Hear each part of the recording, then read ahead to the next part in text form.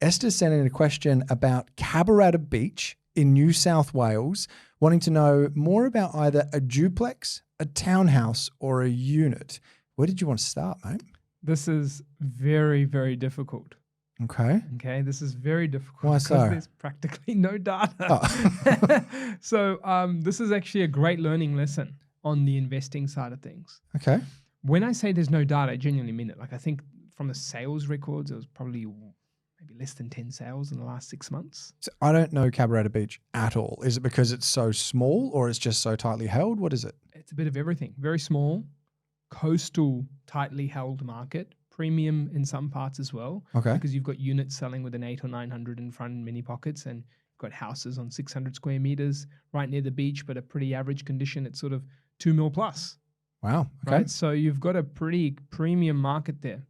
But the main issue I have is that if you operate on very low sample sizes, you have all the things that start going wrong. Mm-hmm. Remember, even in major markets with high confidence valuations, with frequency in deal making, lots of transactions in a suburb, and in recent times, you get 3 valuers out to your property, you get 3 different results. Yeah, and completely different sometimes. Absolutely, absolutely. You get 3 different agents out, different results. Mm-hmm. And if you sell it in 3 different times of the year with the same market trends, you'll get different results. Mm-hmm. So that clearly shows that even in the most high volume intensity markets of deal making, with the data that's present, you'll still have outcomes that differ. How much is this going to differ? You could have 5 people walk through this house and could have a bandwidth of $500,000 to $1 million because one person has no idea of what's selling in the area. One person loves it because the sand's golden and the sun's shining. Mm-hmm. And then the other person reckons that it's an overpriced unit and maybe we should look closer to GC. I feel like I might be spoiling the episode, but I almost feel like I'm going to jump to my assumption is you're going to say no, not because it is good or bad, but because it can't be measured. Absolutely. It just can't, because you're going to grab a comparable from 6 months ago, 9 months ago, 12 months ago, and you tell me that all conditions remain the same. Mm-hmm. This will only be a go if you're holding for 20 years like most property does. Okay. Because you'd say that the sand and the water and the cost of what it is today and people are willing to pay today, they'll probably pay a little bit more 20 years from now because that's a nice looking area. And I say that from a perspective of long term, but what metrics and data is that? So out of interest then, is this the kind of place that if you, I don't know why, but let's say you had to buy there and this was just like, it was a non-negotiable, is there like areas nearby that you could try and get some kind of data, like sistering sort of data from, or? Yeah, good question there. You could go up to Kingscliff. Yep. So the Kingscliff region, a little bit further up in New South Wales, starts to have a little bit more data where you can start to say, hey, I can see a few more sales here and a few more sales there.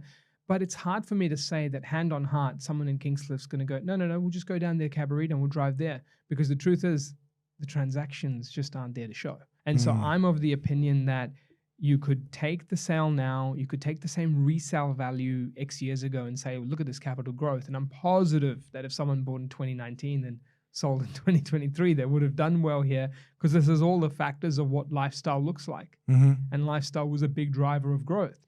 But to rely on lifestyle, to rely on no data, to rely on the sales agent telling you just what it costs is what you pay, is you're asking for trouble as an investor. You better go and live there if that's the purpose of the decision. So in my opinion, I just don't think that the sales volumes, the data, the comparable analysis, you could have 3 of your friends and you show them this property, show them all the same real estate app, get them all in the same amount of time, an hour, get them all to not know what the sales agent's selling it for, and they could be off by hundreds of thousands of dollars. I'd encourage her to go and do this.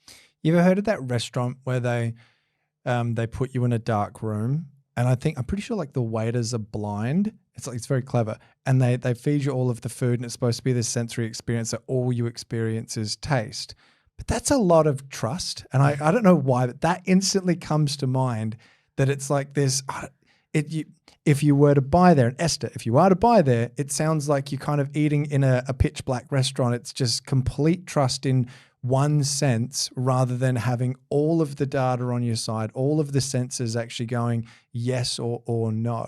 So conscious of time here, Arjun, I've got to ask, first of all, what do you think it is that's going through Esther's mind that's actually made her get here, and what should she be doing instead? My gut feel, Esther, and please tell me if I'm right or wrong here, and feel free to drop me a note, add me on LinkedIn. But I'm starting up top. Esther probably heard about a friend or a family or someone that maybe knows the area or she lives in the area or is close by. Something to do with location, geographic familiarity to begin with.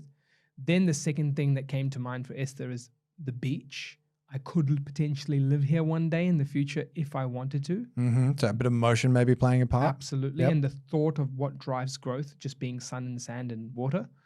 And then the third thing would have been someone saying it's not $1 million or someone saying it's not $1 million and a bit or 2 million. And suddenly the price factor in your mind's like, wow, kind of new, has all these upsides, that cheap. I could go to Gold Coast, I could go down to Byron and go to Kingscliff. Why wouldn't you? And then it's turned into, now it looks cheap because it's a duplex, it's a unit. Is this a good deal or not? So it looks cheap in comparison, but be careful what you're comparing it to. Absolutely. In this case, you've got nothing to compare it to the area. Yeah. Okay. All right. So Esther, unfortunately, that is a no. Arjun Paliwal from InvestorKit, thank you so much for jumping on the show again, mate. It's always a pleasure. Anytime, my friend, start with the data, then go down to the area, and then start to figure out the property. And that's what was missing here. And I hope Esther can use this episode to figure out what needs to happen elsewhere.